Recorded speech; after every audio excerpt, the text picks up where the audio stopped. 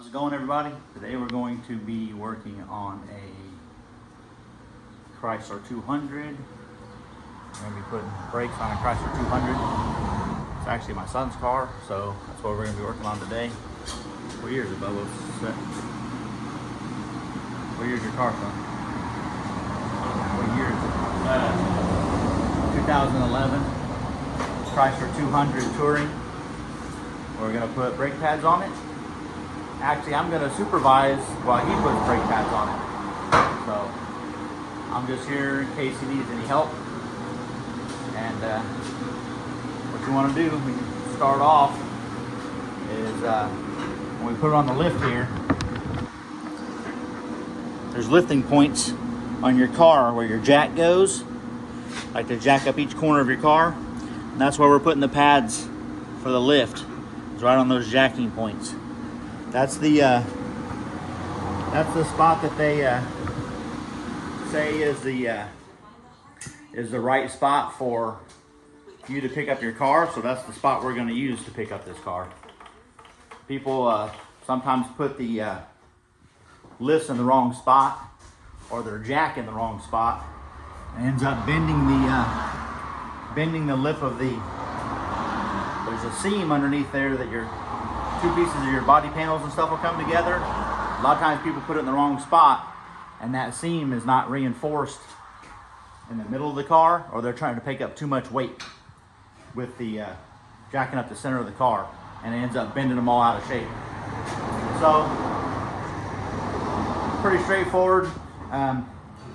We'll walk you through it and we'll knock them out real quick. I think you may need one new rotor on the back.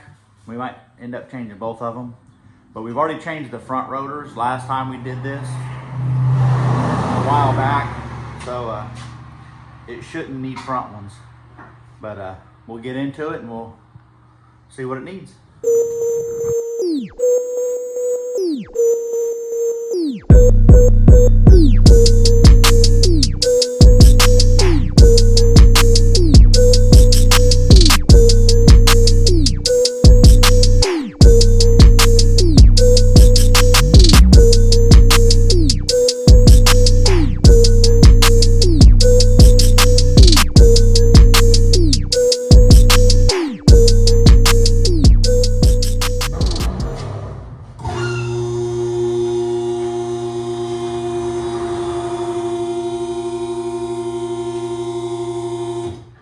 What you always want to do is when you're using a lift, jack it up a little bit and then shake the car back and forth. See if you make sure it's not, you don't hear like a tapping where it's like not sitting on one of the arms. It's not, it's pretty solid, because we're going to be, you never know if you're going to have to beat on parts or jerk on stuff. So it's pretty solid, so we'll take it on up.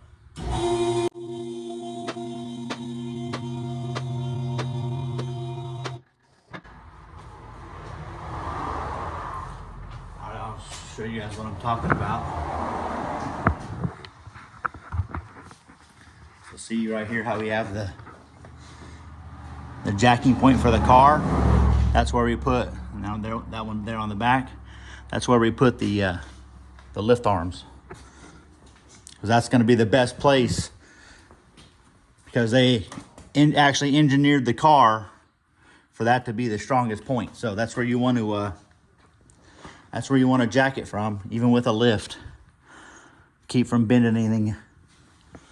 So first thing I always do is we'll pull the air. We'll take an air gun and we'll just blow out all the brake dust and stuff. Well, what brake dust you can get off now is better. So then you happen to fight with it and get it all over you. Hey Dad, do you happen to have a locking lug nut tool? Yeah, I do. Okay, good. Mine's in the center console. I forgot to grab it.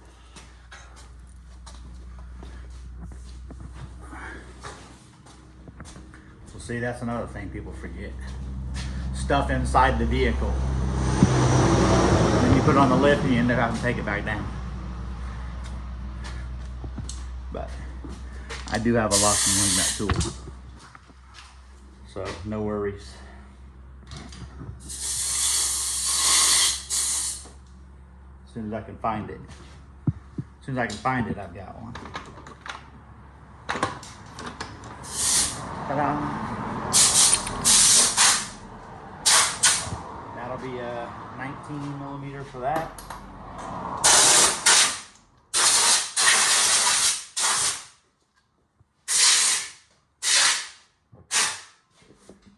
Card out here.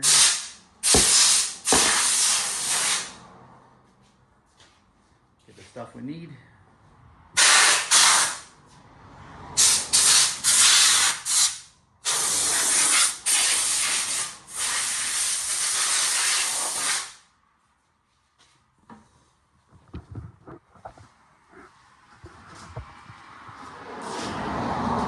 Blow it from the outside, Bub. Just blow it through the wheel fine. Yeah.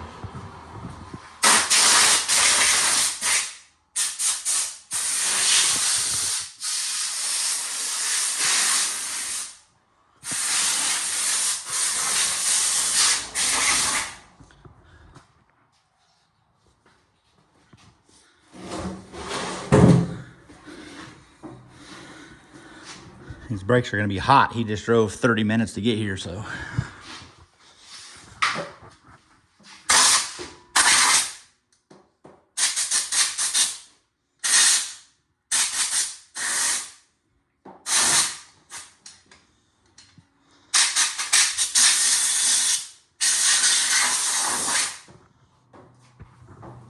All right, so the first thing we'll do is we'll pop all the tires off and get them out of the way.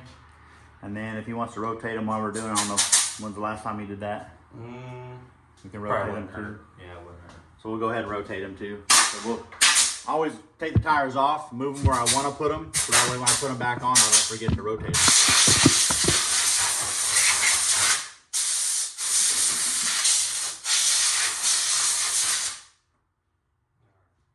Done with the air drum.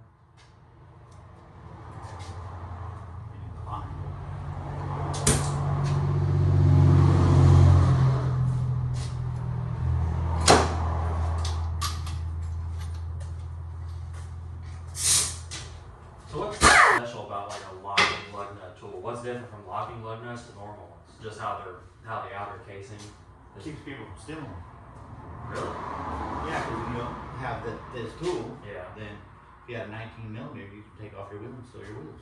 You gotta have this tool in order to take the I see. locking one on. So, but most people that have aftermarket wheels are probably gonna steal wheels. Right, they're gonna have. They're gonna have the tool more. Yeah, most they likely. 3/8 to ½ inch. There you go. Yeah, that's kind of what I was thinking. I was like, someone probably has that, especially if they know about it. Yeah.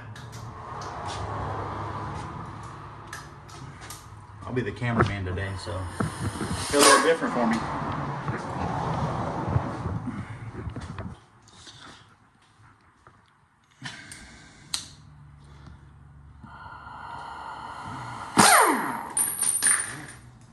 Watch your head. What'd you say? Watch your head.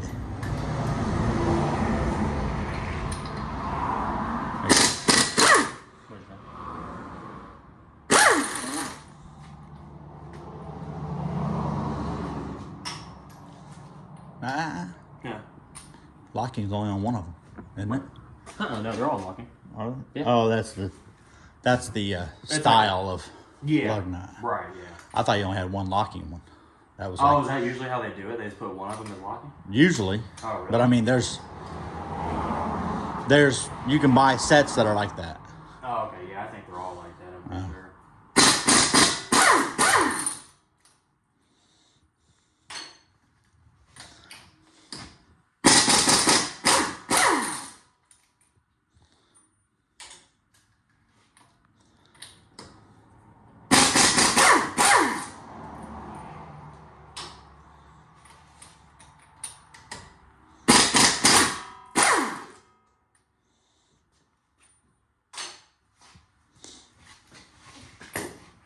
Usually when you rotate, you go what, diagonal? So It don't matter, son. You can go front to back. You can go diagonal. You can go from here to there. So as long as you're changing what side of the car it's on, or what part of the car it's on, so it's from front to back. Usually I go diagonal. That way you're taking the front off the front, putting it on the back. So if Right. there's any kind of weird wear that your front tires are doing, Right. it'll straighten itself out whenever you put them on the back. So I would take that one to the passenger rear. Yeah. So here's the brakes. The pads are pretty gone. So it definitely needs new pads. The rotor is probably still hot. A little bit. How thin? Feels good though. They're pretty thin. The back side of the rotor feels good. Feels smooth. So the rotors are good, but definitely needs brakes. Everybody doesn't see any padding. Might as well pull this other side off. So.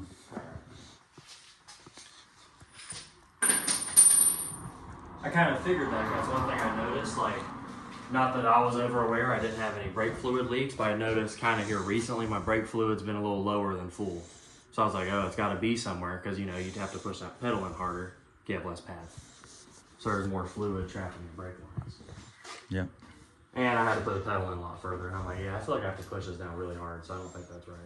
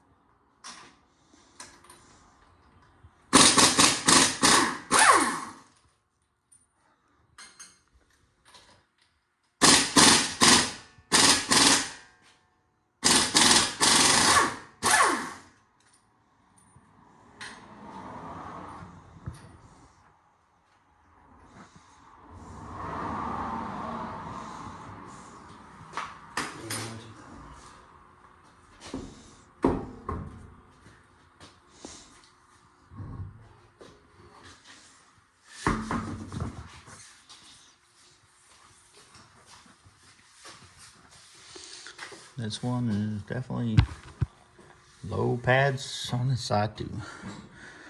Rotors feel good though. Got a little bit of a groove on the back, tiny bit, but.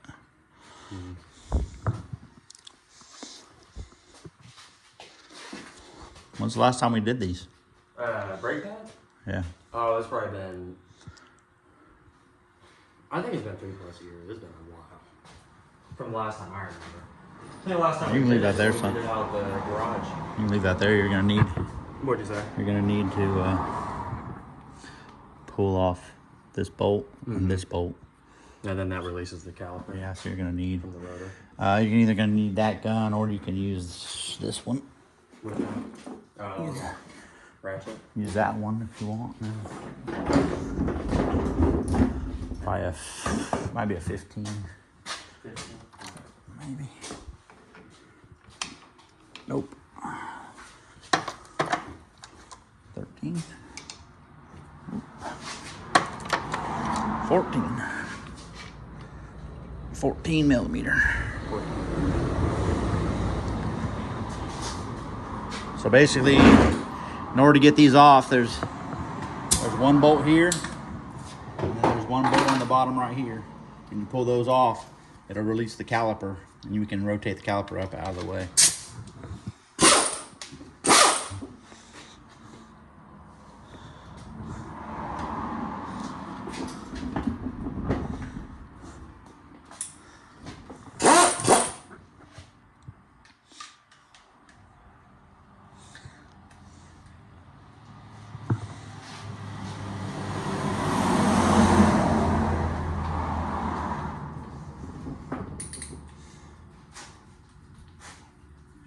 He said it's better to usually break it loose first with the tool. Yeah, because it won't that ratchet won't break it loose. Okay.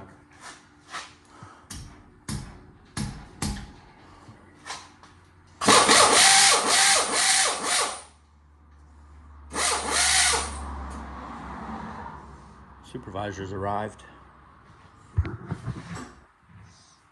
Here she is.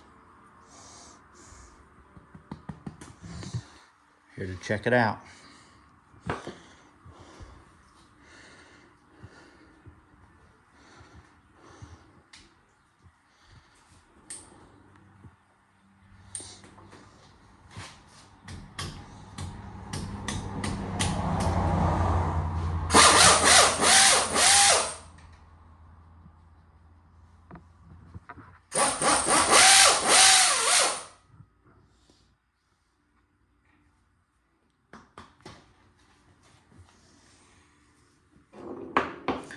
The way these bolts are, if you look at them, see how they have this part of it's threaded, this part of it's like a slider. So this part is where the caliper, when you press the caliper, it slides on this. When you release it, opens back up. So it slides back and forth on this, but then the threads hold it in so that way the caliper can't come off of the car.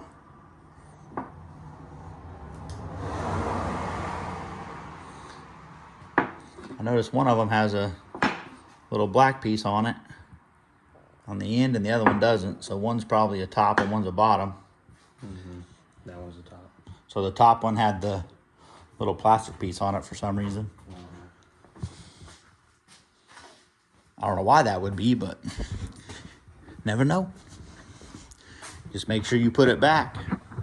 How it comes off is the only thing, people. Whenever you guys take something apart, do one side at a time, and then make sure you put it back same way it came apart. And if you don't remember, then you still have the other side to go and refer back to. So you don't want to take them both off at the same time, otherwise you don't have a reference. Now they just pop out, right? Just pull them out. Yeah. So basically, pull the caliper off. You want to put the caliper up there. You want to make sure you don't have any. You don't want it pulling on the line. So if you have to, you can bungee cord it to the shock or the spring right here, or you can just set it up there if you're not going to be, too rough with it. But these calipers go in this little clip. It's the same way on my Ford truck was, and they just slide out of that clip, the front and the back, and then hopefully the new calipers come with this clip, or the new pads. If they don't, then it's okay. Just make sure you don't bend these up when you go to take it off. You can reuse them, but most of the time it does come with new ones. A screwdriver? Yeah, that probably works. Just go flathead.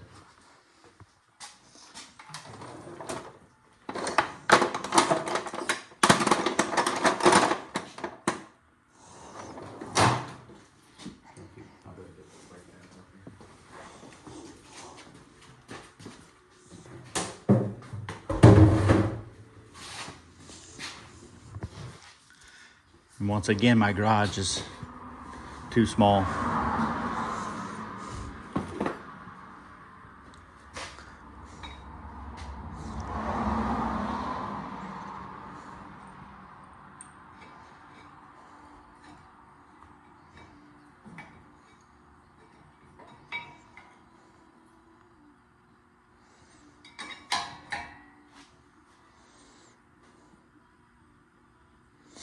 So there was a little bit left on that one, but they're down because here's the old one. See how thick it is? I'll show you the new ones. Here's the new hardware.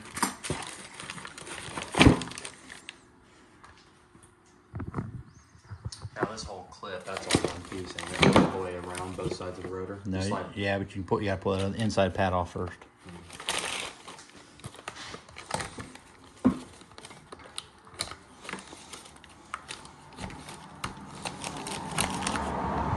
I'll show you how thick these new ones are.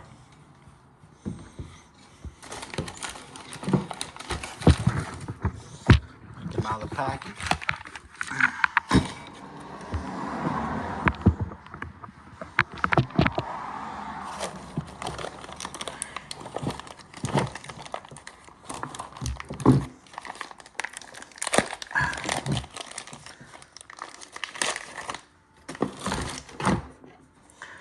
So they only put squealers on one of the pads per side, right? Or the squealers going both. There's a squealer right there, ain't it? Yeah. Is that how it always is? Just on one of them? On the Usually, inside one? yeah. Okay. See, here's the inside pad. Again, it's wore. It's not quite to the squealer, but it does have a little bit of groove in it though. Here's the new ones, which you always want to compare the two. Make sure they both look exactly the same as far as the tab, the angles right here, because that's the kind of stuff will get hung up in your caliper if it's not exactly the right one. But see the difference in how thick that one is versus the new one, how thick it is? So they were definitely used up. And then these clips, top and bottom, they're going to be the same. The top and the bottom one are the same ones. So, and then you have new ones in here. This is kind of interesting because usually, like, see how this squealer is? Sometimes, most of the time they're like riveted onto a pad already. But on this new set, it's actually loose in here. So you have to put the squealer on yourself. The squealer actually pops off, see? It pops off the pad. Because the new ones don't, all four of them don't have a, they're all the same, but they don't have the squealer on them. So you have to put the squealer on the pad. And the squealer goes on the inside pad. This is the inside pad. And that's where the squealer was, right there. See that little notch? So we'll have to put that on too.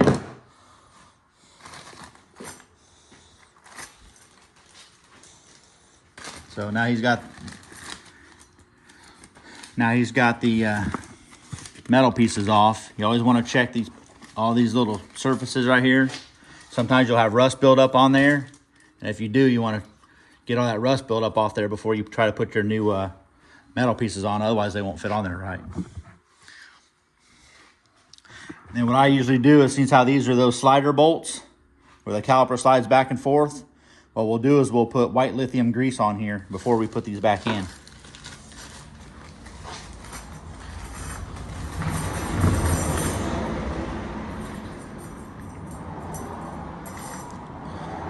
To bottom. They're both the same. Oh, they are both the same? Yep. Okay. As long as you put them on the right way.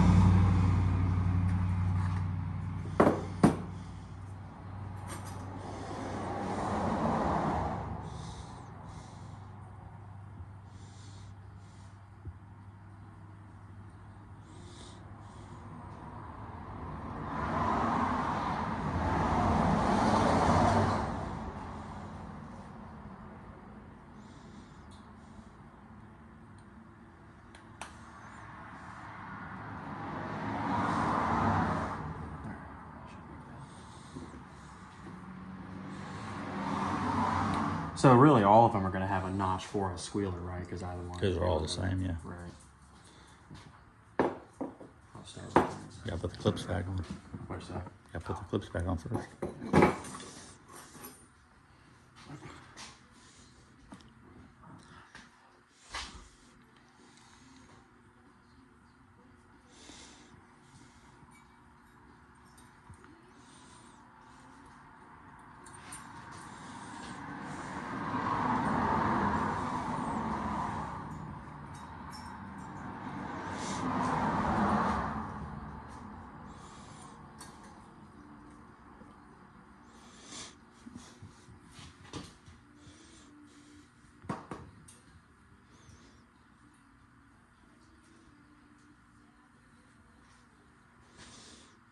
So just push right up on there. Up here, Bob. Okay.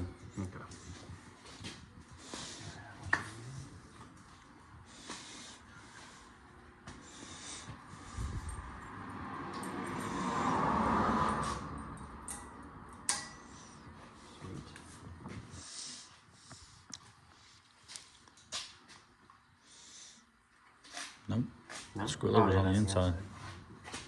You always got to remember where everything comes apart.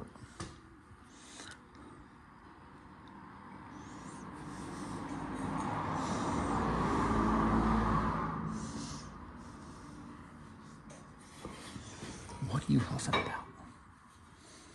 Oh, yeah, I had a question. What was the, maybe we're not to that part yet, but where you push that in? Yeah, we'll do it in a minute. Okay. After you get those on. So what is the point of that? So it's not too much on your fresh pad because it's likely pushed in too far from the last time I used the brake pedal?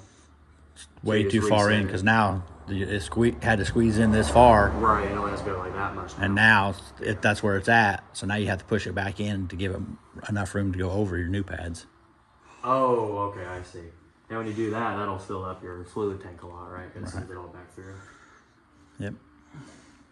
So what's the point of bleeding your brakes? What essentially does bleeding your brakes do? Bleeding your brakes is if you have air in your lines. If air gets in your lines and your pedal is like spongy, feels like it's not like solid when you start to press on them, it kind of Like pushes back. It's like feels like a cushion, like almost like there's a cushion underneath your brake pedal instead of it being like a firm. If it's like kind of bouncy, like when you're not actual bouncing back and forth, but when you push on it, it feels like it's not real solid. Okay. You could possibly have air in it. I see. Or if your brake pedal goes too far, like to the floor, then you could have air in it then. You got some of that grease over here. Go ahead. Put that on the inside of that, so you don't tear up your. Yeah. No, flip it over. Put the metal part against there. Now flip it over. There you go.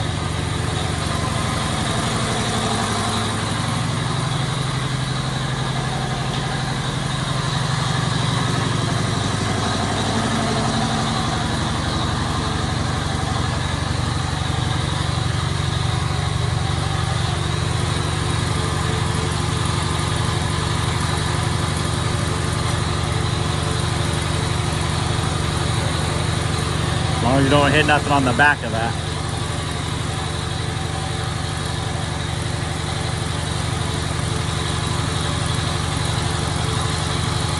You put it down for it.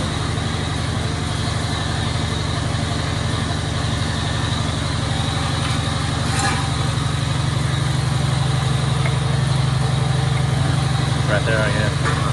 I thought it was flat.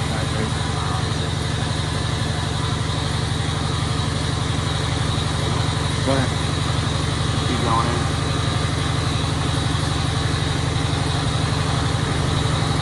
We may have to put it actually on the bolt. Yeah.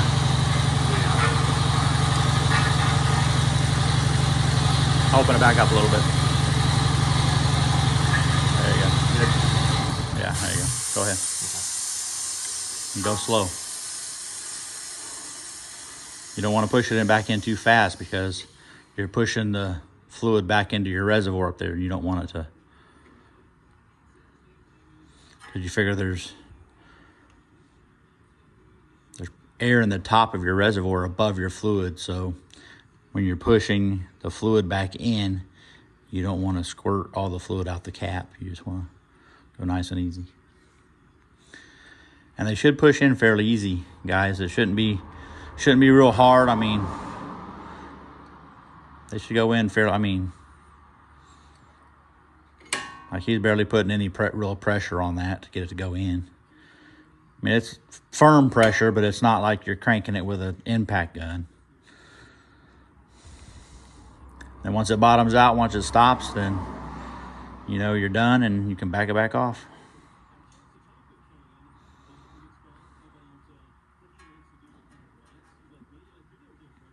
About like right there. It's starting to get pretty hard. Yeah. Okay.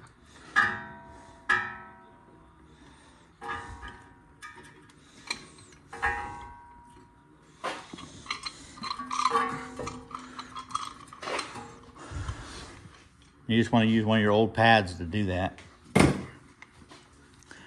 And here's that. Look at that grease. And then this is the stuff we use. Just this white lithium grease. I don't know if you can see that. We'll coat those sliders before we put them back in.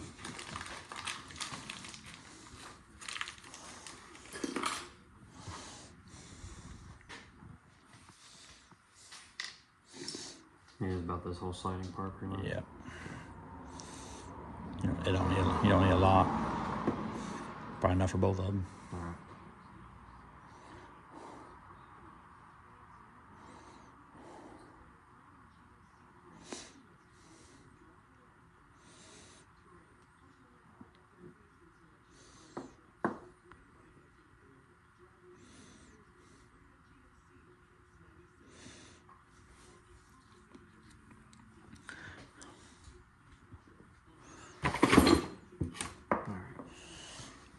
Well, I am going to run over there and take off that top one really quick and make sure.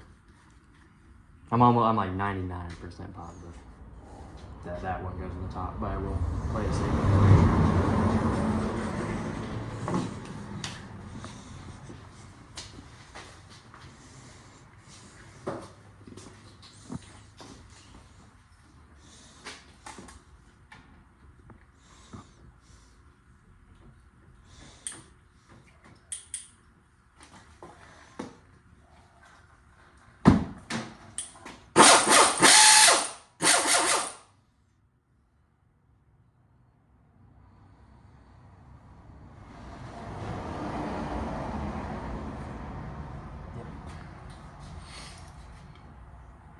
I just stick it back in there.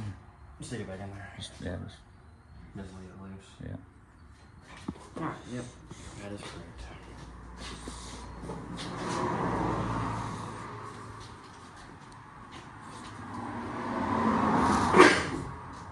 Bless you.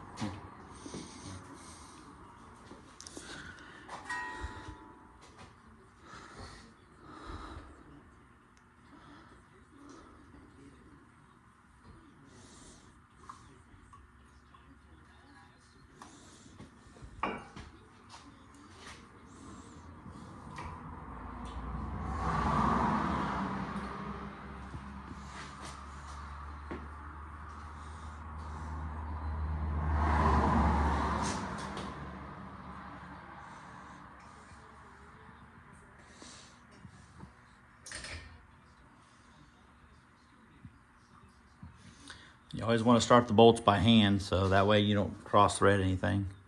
A couple threads is fine. Once you get it started, then you can run it in with the air gun.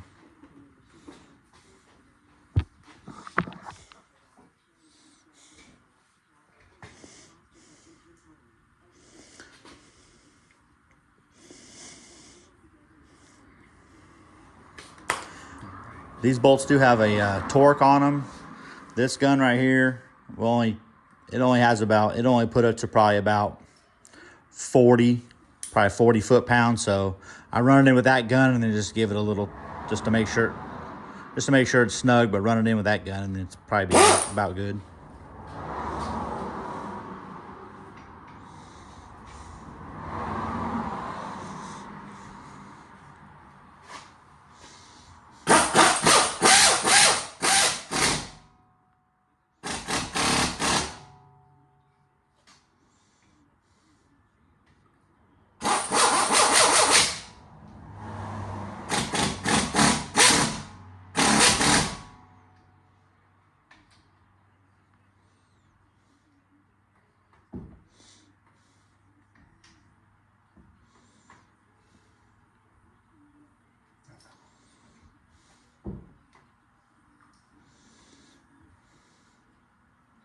Here, bud.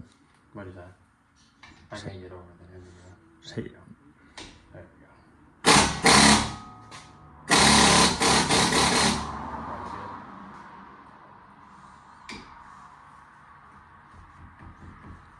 It's supposed to have some play in there like that, right? Well, see, that's how those sliders work. See how these sliders work. You want to re-grease those because see how this caliper will slide in and out.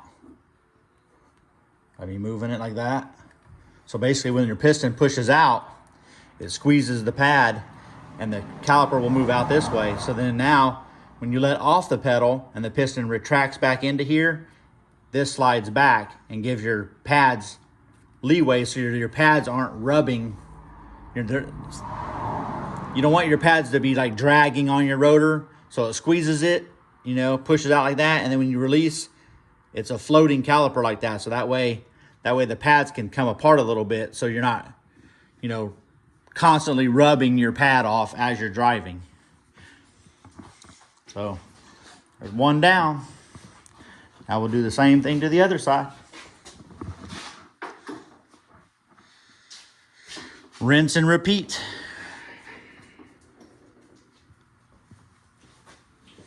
Let's pull it, bud. Let's pull it.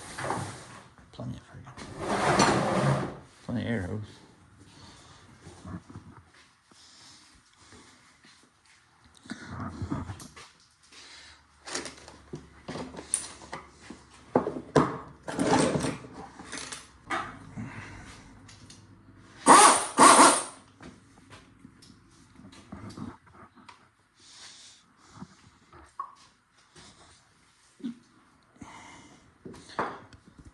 I'm not used to being the one watching.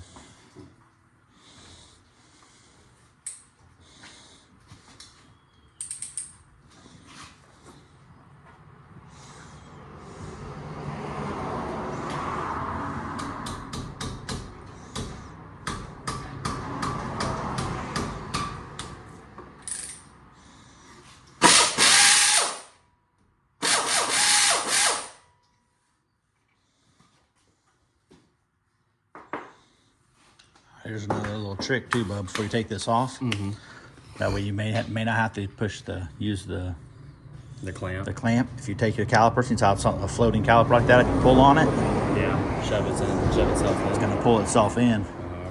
So see how much it plays on it now. So if you pull it like that a couple times,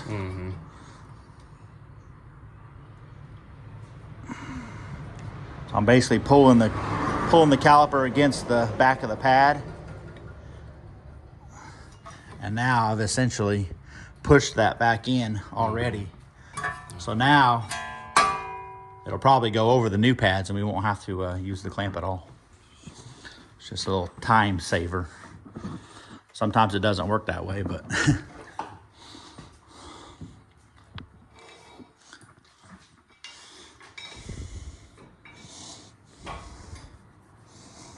supervisor is micromanaging. She is micromanaging this project.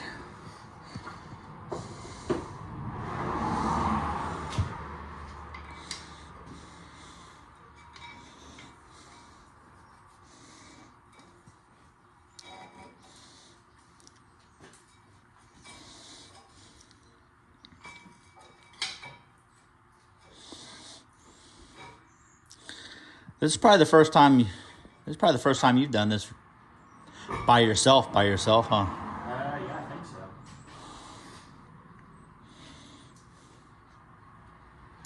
So if you had to guess, how many more thousands of miles would that pad have left? Probably another 10. Depends on how you drive. If you drive if I was driving it, like how you're supposed to. If I was driving that, I could probably get 5,000 more miles out of those before it started squealing.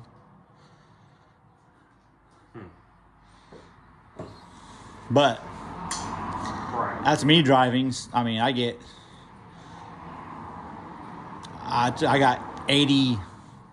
got almost 80,000 miles out of my truck pads. Oh, really? So, I mean, but I don't come flying up to stop signs and stoplights, and I'm never in that big of a hurry, so. Yeah. Just pop it, hit it with the back, hit it with your hand, back of your hand. There you go. No, with the screwdriver. Oh, there you go. Right here on this one. Yeah.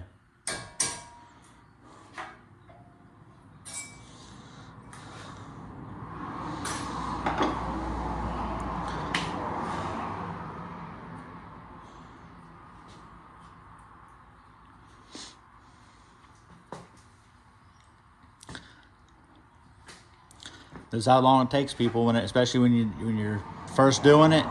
Don't get in a rush, because it's going to take you a little bit of time. I mean, we're going on 42 minutes now, and it doesn't seem like that, but So you figure 42 minutes. This one will be a little bit quicker. He'll probably have this one done in the next 10. So you're looking at 52 minutes for the front. And the back may be the same. It may be another hour for the back because they may not be the same as far as taking them apart.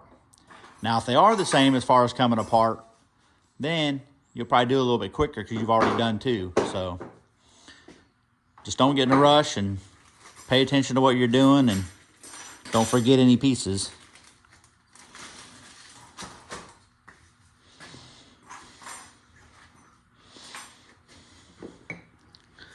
See, oh, that's interesting. What's that? That's the outside pad. They only had one squealer. No, I got it. Oh. Mm-hmm.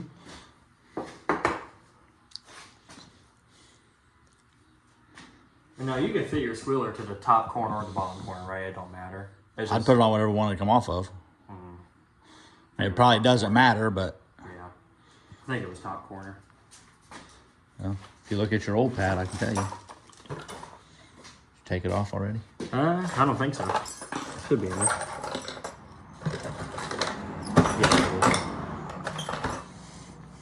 So that goes in there like this. So it was the bottom. Bottom corner. Okay.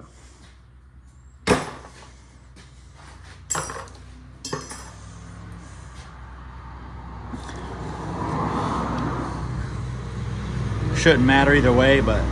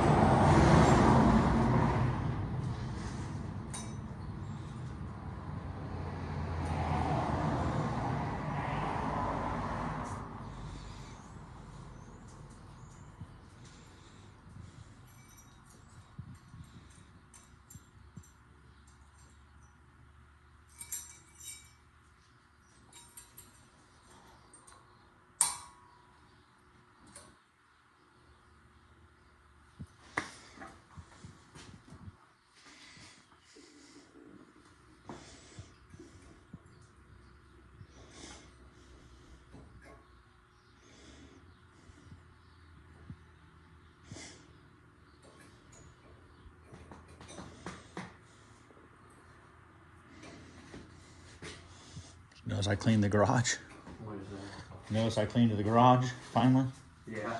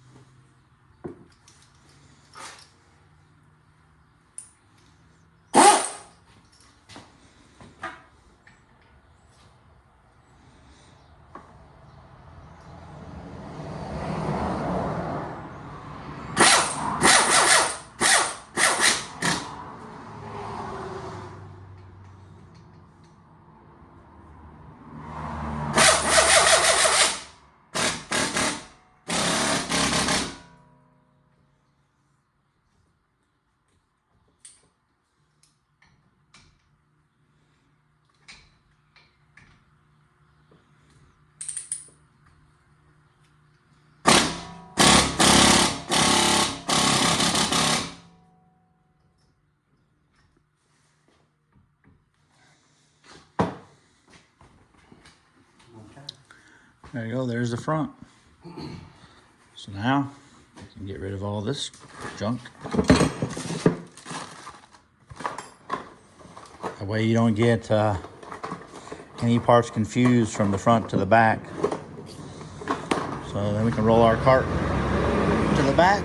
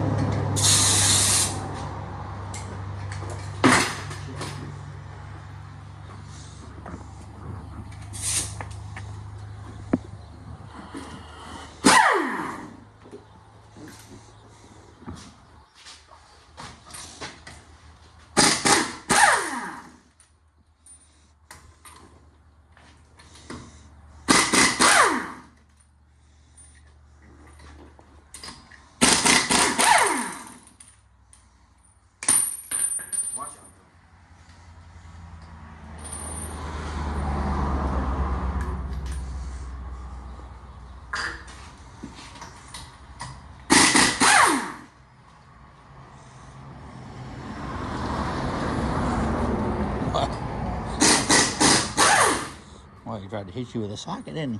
Huh?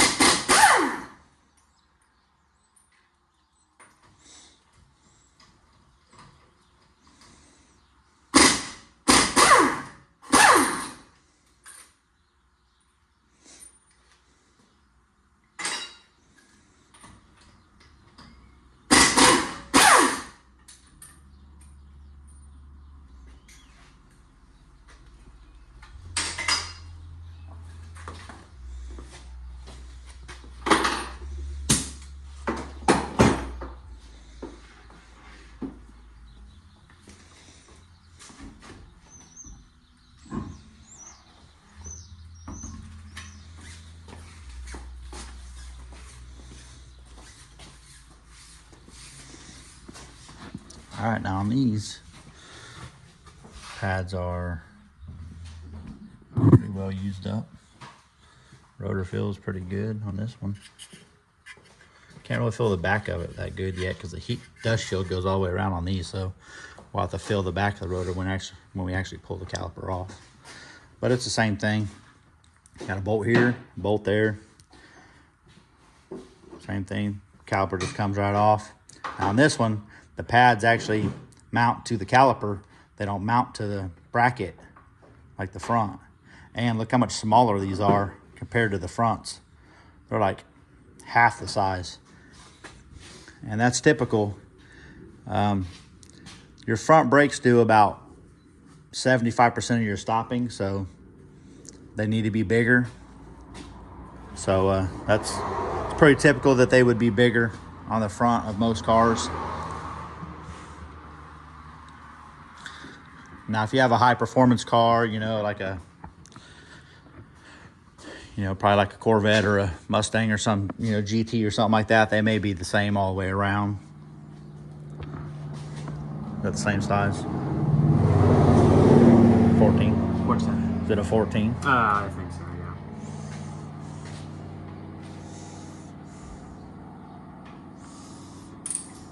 yeah. Yep. So same size socket,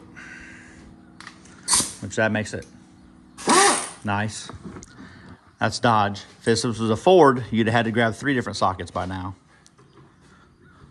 Because Ford, I guess they mean you should have every single tool out of your toolbox to work on a Ford.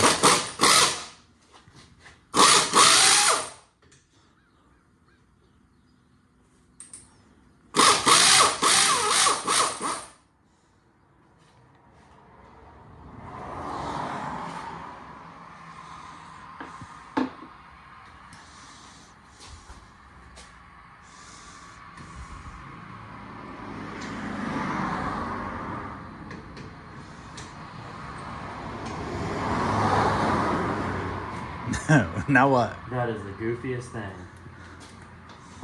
Very, you know, pretty sturdy line. They put the bolt right next to it. So it's very hard to get your bolt over the head of that bolt, or your socket over the head of that bolt. Yep. See how that is, guys? So basically the brake line comes in at an angle to where this top bolt, you can't get a socket on it, which is unfortunate. So we're gonna have to use a wrench. So I guess you will have to go grab a 14mm wrench. Now, I mean, really, if you want to be, there's a way to do it. You can actually just leave that one and swing this out and up and change your pads and swing it back down. But if you was to do that, the only problem with doing it that way is you don't get to re-grease this top slider by doing that. You can do it that way, and I've seen it done that way. You know, because I could basically just take this caliper right here and go like this, flip it up, change the pads.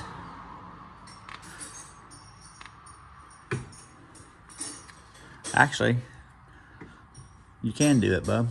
We're good, because you can pull the caliper right out and just leave that bolt tight.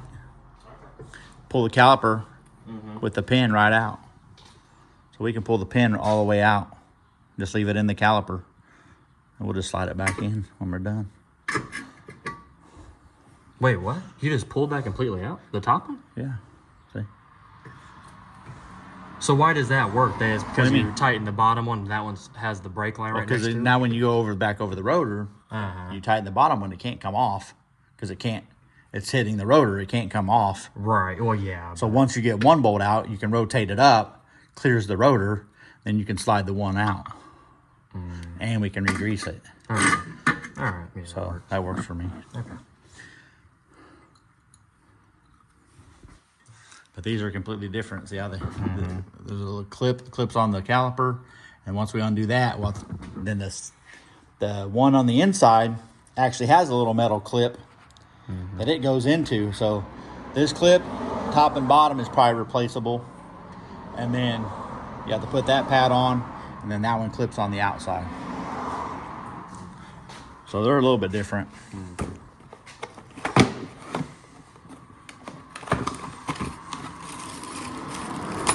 Yeah, so see, there's your squealer and just your little bitty single clips.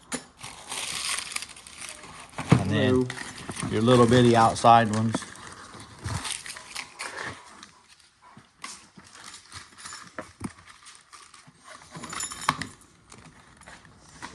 What's up, Hollywood?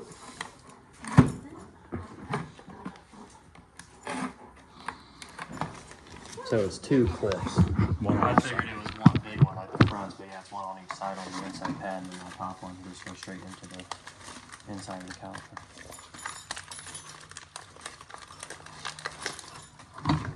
Brake pads are like for a go-kart. So look how small they are.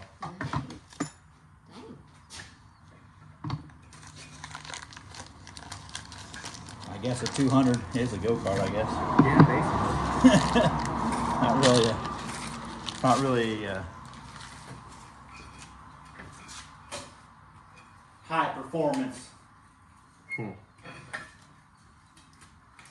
Not really a high performance drifting.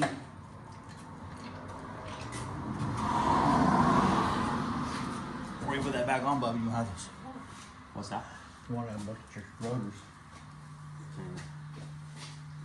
Yeah, it's a little groove, but I mean, So this side's pretty good. yeah, not too bad. I'll need this side. Might need one on the other side, but.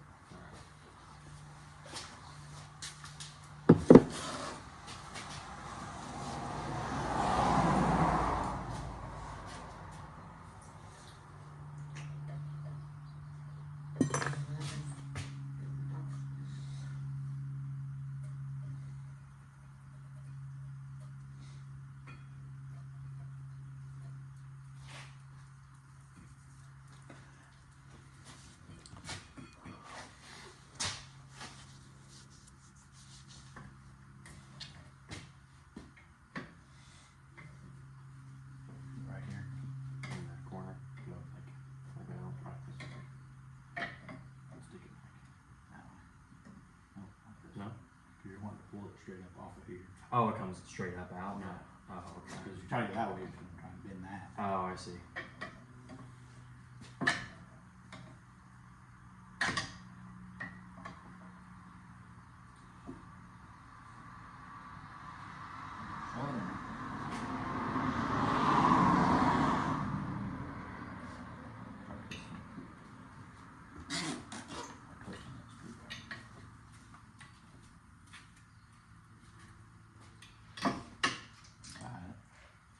Is the whole clip on? Oh yeah, it's all together. Oh, okay, I gotcha.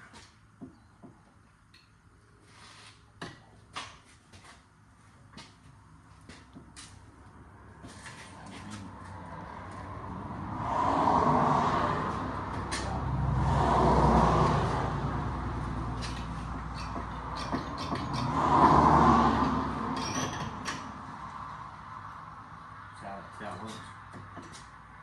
Those go inside the holes on this side. Oh, there's holes in there? Yeah. So see, then that keeps this from sliding off. And then that clip fastens it. Yeah, so this tension holds this in that hole. I see. See what I'm saying? Mm-hmm. Okay. So, you guys can see, here's the old pad. Here's the new pad.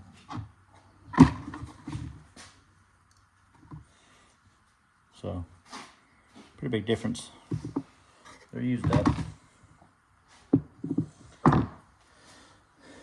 Make sure you push that other. Otherwise, you won't go do it with the other pad on the outside.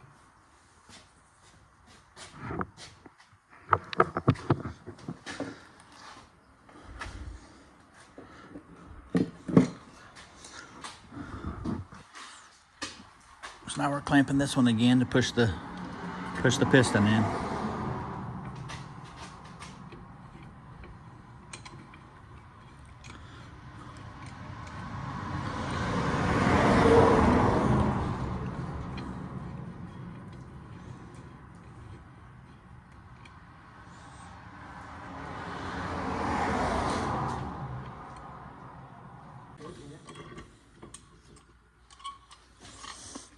So once we smash that in, guys, then we'll just throw that.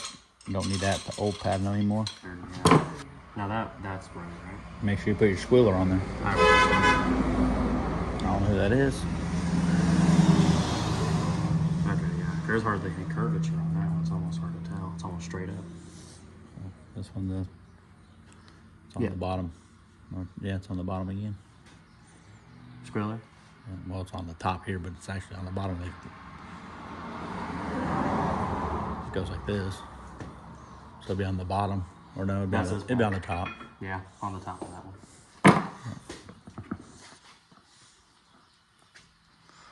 Yeah, right? What are we thinking? Yeah, okay.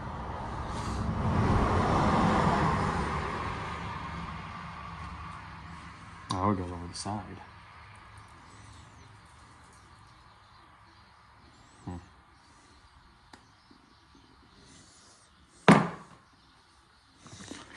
sure you change your clips.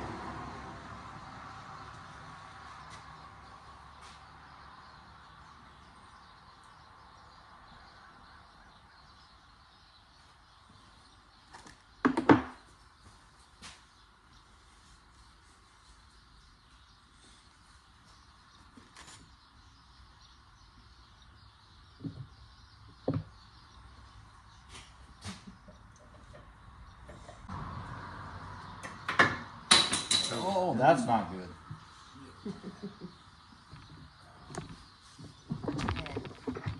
You're not. You didn't chip it, did you?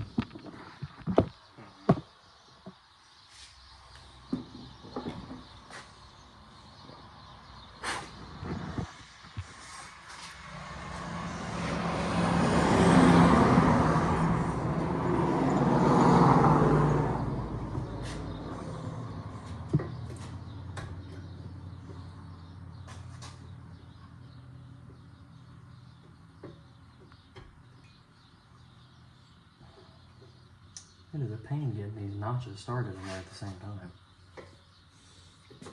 Because that one wants to start and the other one's just a bit too far in, so it's like crooked. Yep.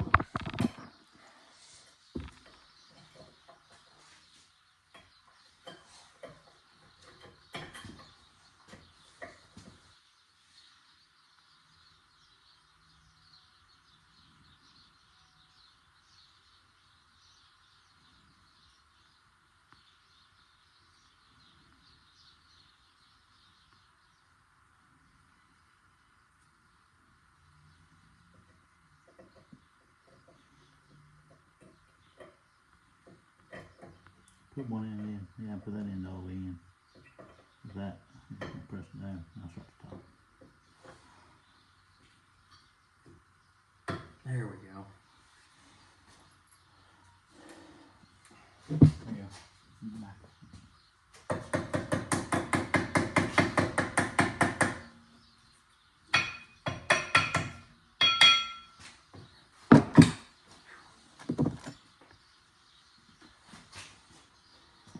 So this would swing over and close. So It don't matter.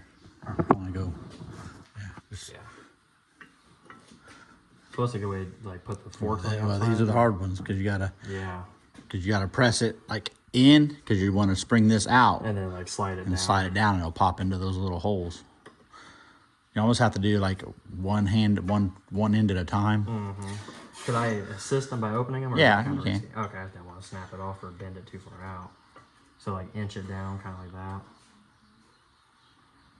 Oh yeah, it's gonna be annoying. Well, once you get it started, like right there, stop. Mm-hmm. Yeah, just, Huh?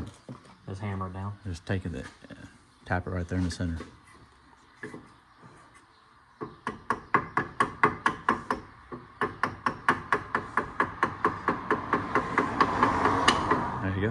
pops Sweet. into the holes, and that's it. Awesome. Okay. Now we are ready to go.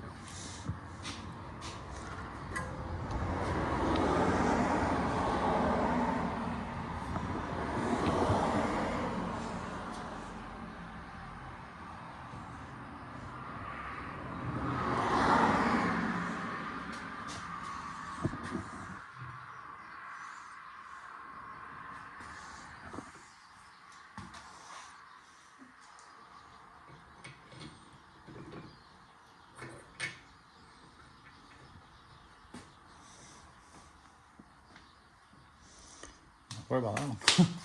Yeah, I don't know what to do.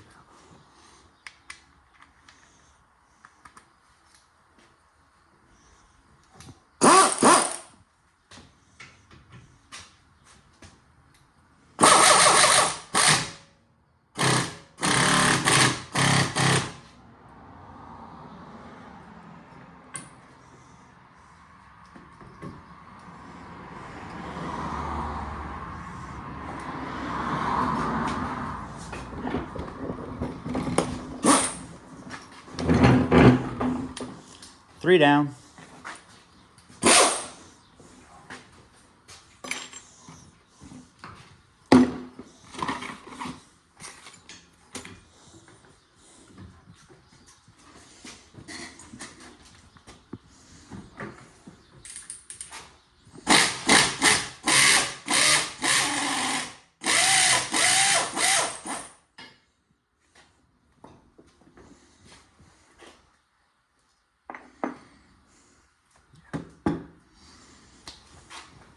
You can try pulling that one like our other trick on the other side, but it may not be as easy because it's both of them aren't Still in there. Yeah.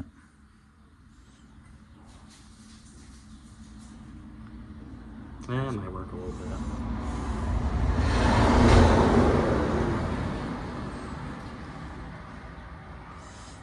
It's not gonna work as easy.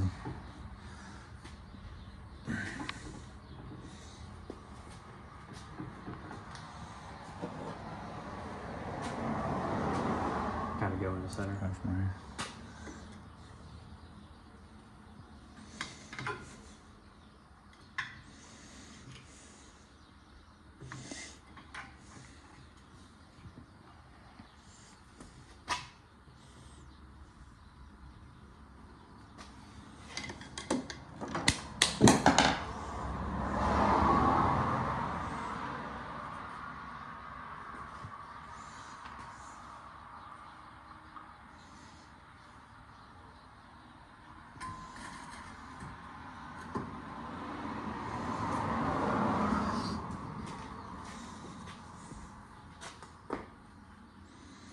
Yeah, see, now the squealer went on the bottom on that one, which I guess it really don't matter. But It's on the bottom of the other. huh? It was on top when I took the inside one out on that side. It was on this top corner. This one on the bottom corner. Yeah, it really doesn't matter. Yeah, I mean, it's gonna let you know when you're at the set amount of pad, no matter where it's at. As long as it's in a notch, that's probably all that matters. That means it's supposed to be there. Put your screwdriver right here, Bob. Where at? At the bottom? Put it right there. And push out. And just hit it with the hit right here with the palm of your hand.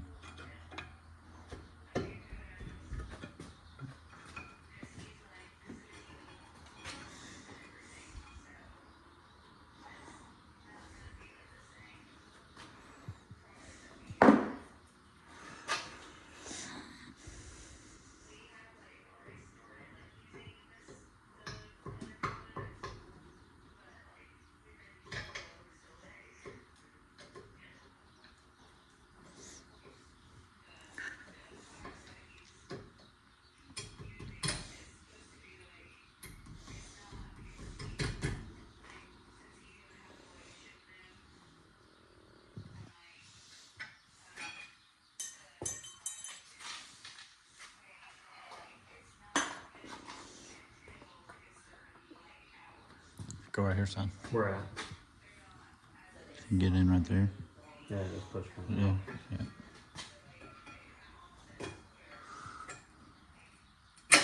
There you go.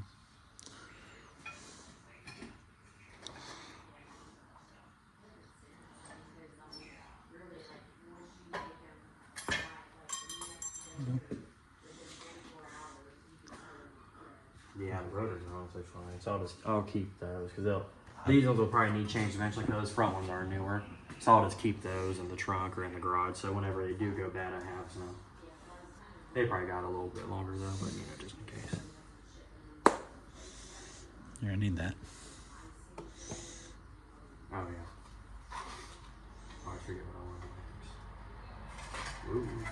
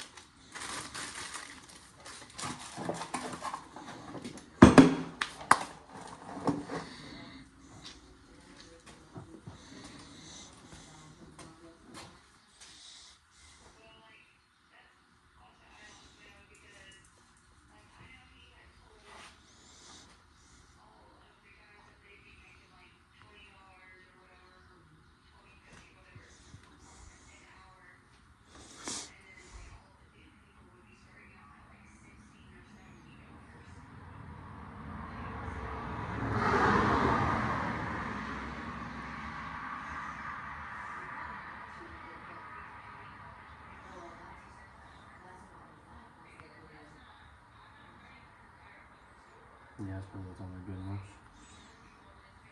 Mm-hmm.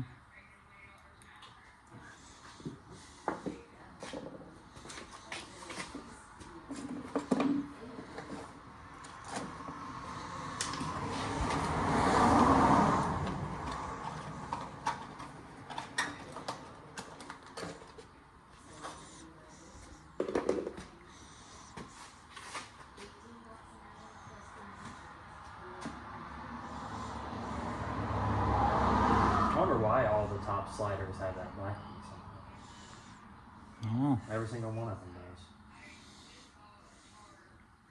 I still can't get over the two different size rotors on the same exact gear car. I think that's the silliest thing. That's like the silliest thing I've ever heard of. And I asked him, I was like, why would they do that? And he's like, well, my best guess is it's just a way to get people to mess it up, not knowing. And, some people don't return stuff, they buy the wrong thing, or, it's just a way to get more money for the same thing. I was like, that just don't make sense. whenever you're running these cars through production, why would you be like, oh yeah, now you guys got to do 2 different size back rotors? Like why? Well, just because. It's extra work for no reason. Because touring's probably smaller than like a sport. A sport's probably bigger. But the sports is a V6. He asked me what engine. I bet if I would have told him it's a V6, I probably would have had 3 different size rotors for the. I bet not. So you think the sport's one and the touring's the other? But that, whenever he entered 4-cylinder, it should have narrowed between the two. Yeah, but there may be other models that are 4-cylinders that would also have bigger brakes. Maybe. It may have better brakes, but it'd still be a 4-cylinder if it's a. Like not a touring, but like the next step, like a limited or something. Yeah, maybe. But still a 4-cylinder. It would have to be because that makes no sense to me. That's crazy. I don't understand. Very stupid.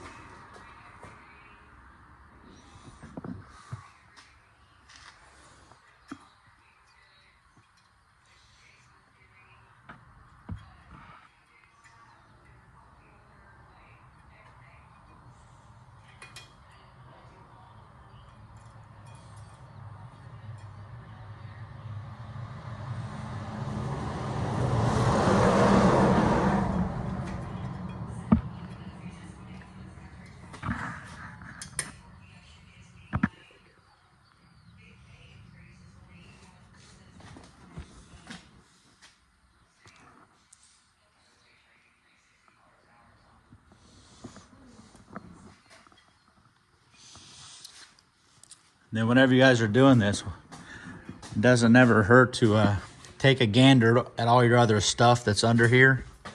You know, make sure your brake lines aren't leaking, you know, from here, or, you know, your emergency brake cable's not frayed. You know, you can look around, just make sure there's nothing out of the ordinary, you know, like check like this has a rear sway bar. You can check the sway bar links right here just to make sure they're tight and they're not, you know, the boots aren't busted and all wore out, you know, and sloppy. You know, you can even see the exhaust. I can see the exhaust hanger.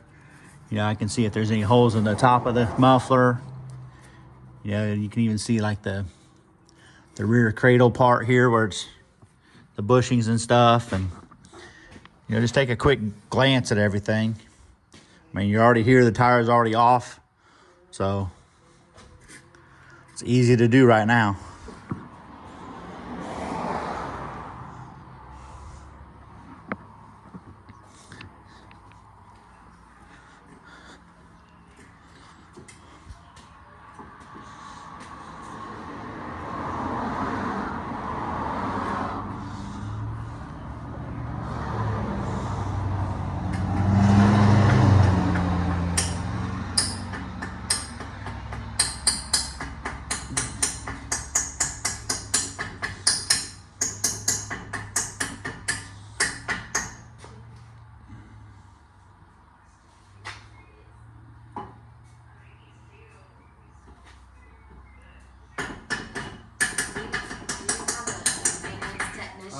Named David Benford on night shift. Yeah. He's flirting with my daughter.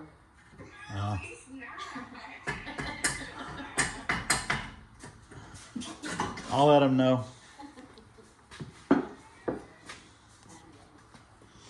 That's said enough, wouldn't you? I don't think it's going nowhere. As long as those little rivet things are in those holes, you're good. Yeah, that's why I'm not really sure. I mean, I would guess. Well, if it wouldn't be, then there'd be a gap right here. Oh, okay. Yeah. You know what I mean? Yeah, so that should be good.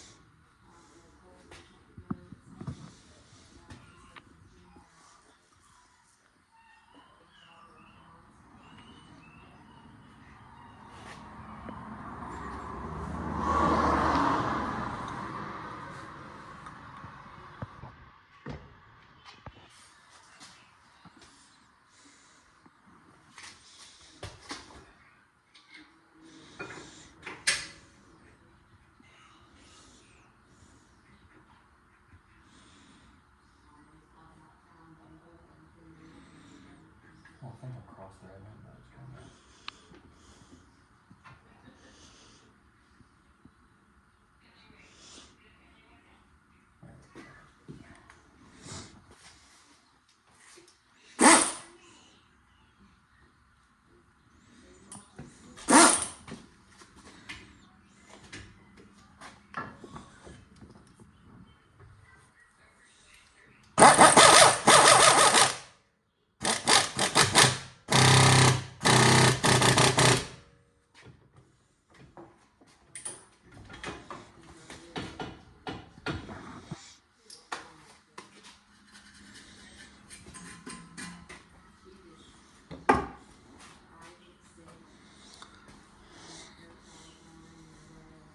I'm gonna check something on this side. I want to make sure I put that outside brake pad facing. So whenever your caliper is flipped over, you have to set it in backwards because then you flip it over to put it on. And for some reason I felt like on that side I put it in facing the right way, like right side up, so when I flipped it over it was in backwards. But yeah, alright. And now my tires are over here.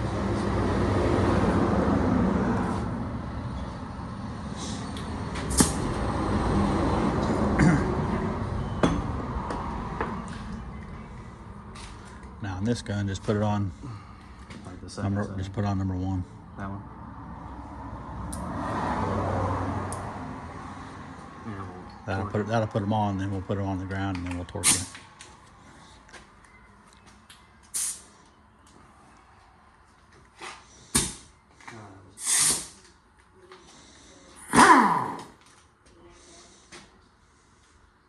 How do you get this to That is. flip? You have to do That this. is. What is that? There's 1 reverse setting, and there's 3 forward settings. Oh, okay. Each one of those is forward, Okay. forward, forward. And then that's just one reverse? Yeah. Okay. I see.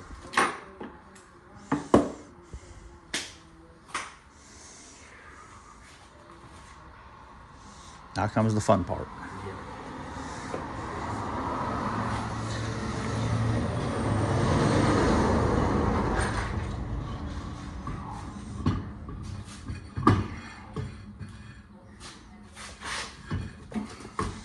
Picking the tire up. What'd you say?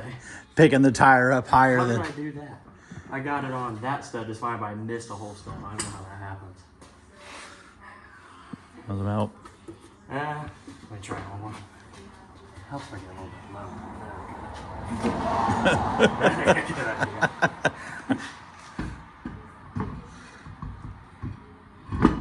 See what I mean? I keep missing that stud. I don't know how. You gotta This is clock it. all. You have to clock it counterclockwise. Counterclockwise. So pull it off. Now turn the wheel counterclockwise. Like that way. Yeah. As I'm trying to put it on. Yeah. There, now. Spin. There. Did you want to know the easy way of doing it? There's an easier way. Well, look where your stud is. Yeah. Make sure this stud is straight up and down. Yeah. Now your hole, Straight up and down. straight up and down, go on that one, straight on that one. See what I'm saying? Oh. Looky there. Yeah, it's a lot simpler.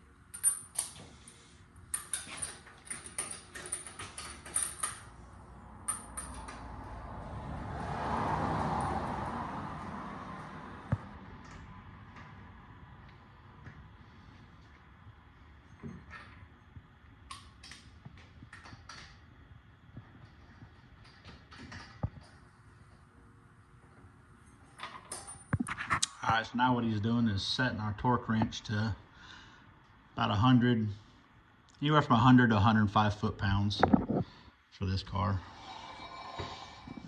And then we'll put it on the ground and we'll torque the wheels. And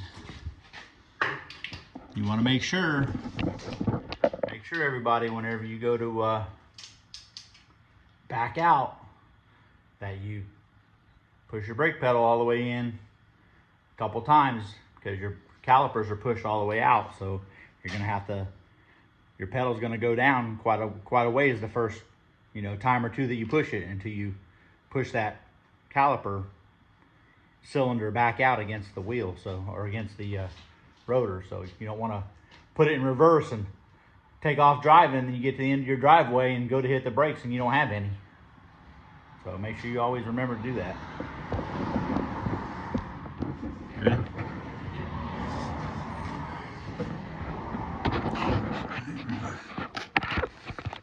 Lower her down a little bit. So. Go up to go down.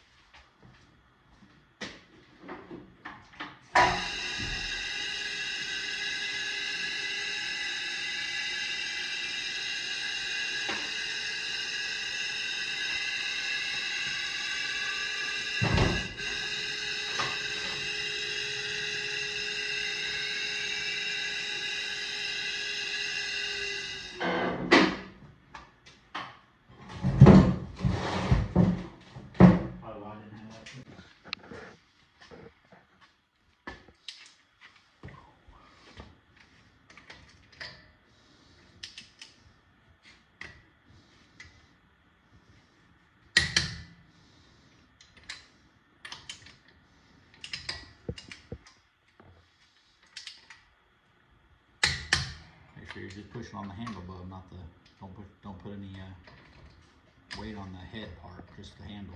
Okay. And then you always want to do a star pattern, so he's doing that. But with a torque wrench, you always want to make sure you're just pushing on the handle. You don't want to push on the middle of the bar anywhere, because the torque wrench is designed to push on the very end of the handle.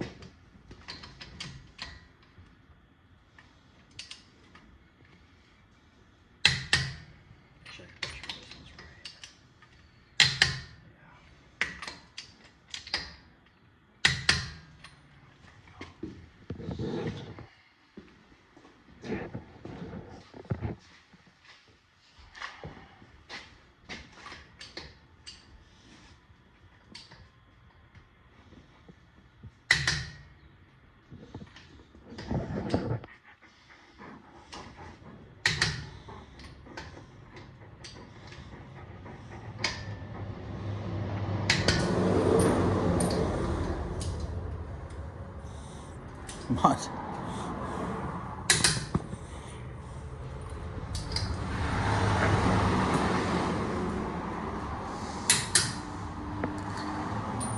And that pretty much wraps it up, everybody.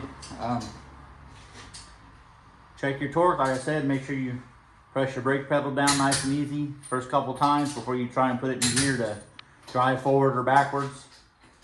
And then take it around the block, you know, check them a couple times before you get up to speed.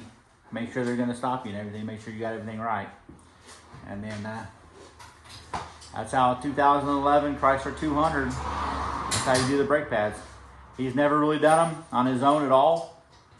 He helped me last time we did it three and a half years ago on this car.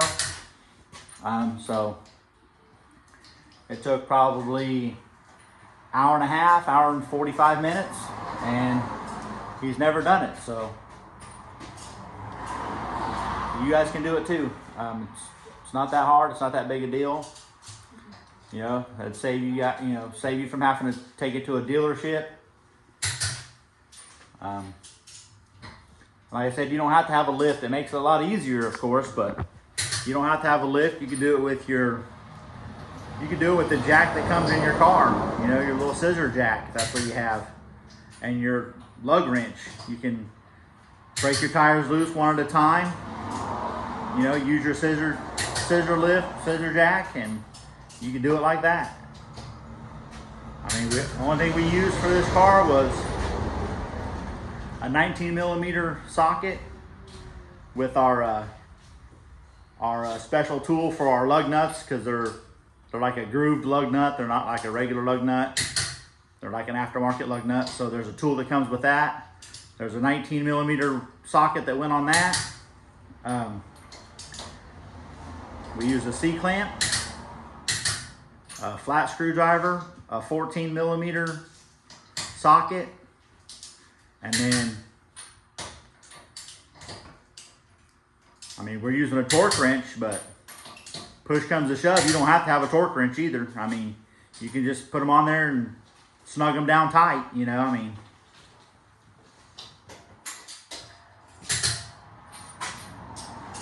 It can be done in your driveway. So save yourself $300 or $400 in some cases, you know. Some of these garages charge outrageous prices sometimes for things. Like I said, you don't always need rotors either. You know, like this car didn't need rotors. Now, if you have like a pulsating, like if you hit your brake pedal and your brake pedal pulsates on your foot back and forth, you know, and it feels like it's kind of like got a wobble to it, chances are your front rotors are warped, and then you will need new front rotors, and you'll have to put those on. But this car didn't need them. He bought 2 rear rotors anyway because he thought he might need them, but they were still good, so he could either take those back, but I think he's decided just to keep them for next time. But that's it. So make sure you hit like and subscribe, and you know, put comments down below if you like seeing this kind of stuff, if you want me to do more of this kind of stuff. I'm going to be starting to work on the Mustang, so we're getting back to that. You know, we're actually building cars. I still got the Baja Bug that we're doing, and I'm going to be starting on those here real shortly, now that it's starting to get cold out and there's not really much to do outside. But yeah, so thank you guys for watching, and we'll talk to you later.